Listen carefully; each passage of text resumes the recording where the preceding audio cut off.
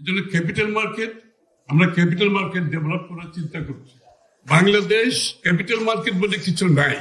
So sorry to say this, যে যাই বলুক, capital market is destroyed completely destroyed. এই জন্য ব্যাংকিং সিস্টেমে যাচ্ছে, আর কোনো কারণ নেই। এই জন্য আমরা যেটা চিন্তা করছি, আমরা এখন ফ্রন্টিয়ার মার্কেটে আছি।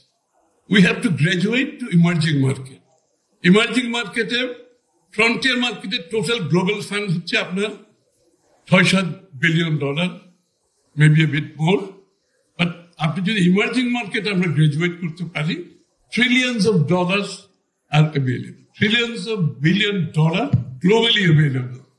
এবং আমাদের প্ল্যান আছে, আমরা আগামী দিনে ইনশাআল্লাহ আমরা ক্যাপিটাল মার্কেটের উপর বড় ফোকাস থাকবে আমাদের। We will be serious about capital market. কারণ বিএনপির সময় আপনার একটা জিনিস আমাকে বলতেই হয়, আমরা কিন্তু এসইসিতে কোনোদিন পলিটিক্যাল অ্যাপয়েন্টমেন্ট আমরা বিএনপি করিনি, আপনারা লক্ষ্য করবেন। এই জন্য বিএনপির সময় কোনোদিন ক্যাপিটাল মার্কেটে ধস নামে নাই, ক্যাপিটাল মার্কেট স্ক্যান্ডাল হয় নাই কোনো সময়। বিএনপির সময় গভর্নর, আমরা কোনো সময় পলিটিক্যাল ডিসিশন নিয়ে গভর্নর অ্যাপয়েন্টমেন্ট করি নাই। যেন আমাদের সময় ব্যাংকিং সেক্টরে কোনোদিন কোনো সমস্যা হয় নাই, আগামী দিন তো হবেই না ইনশাআল্লাহ।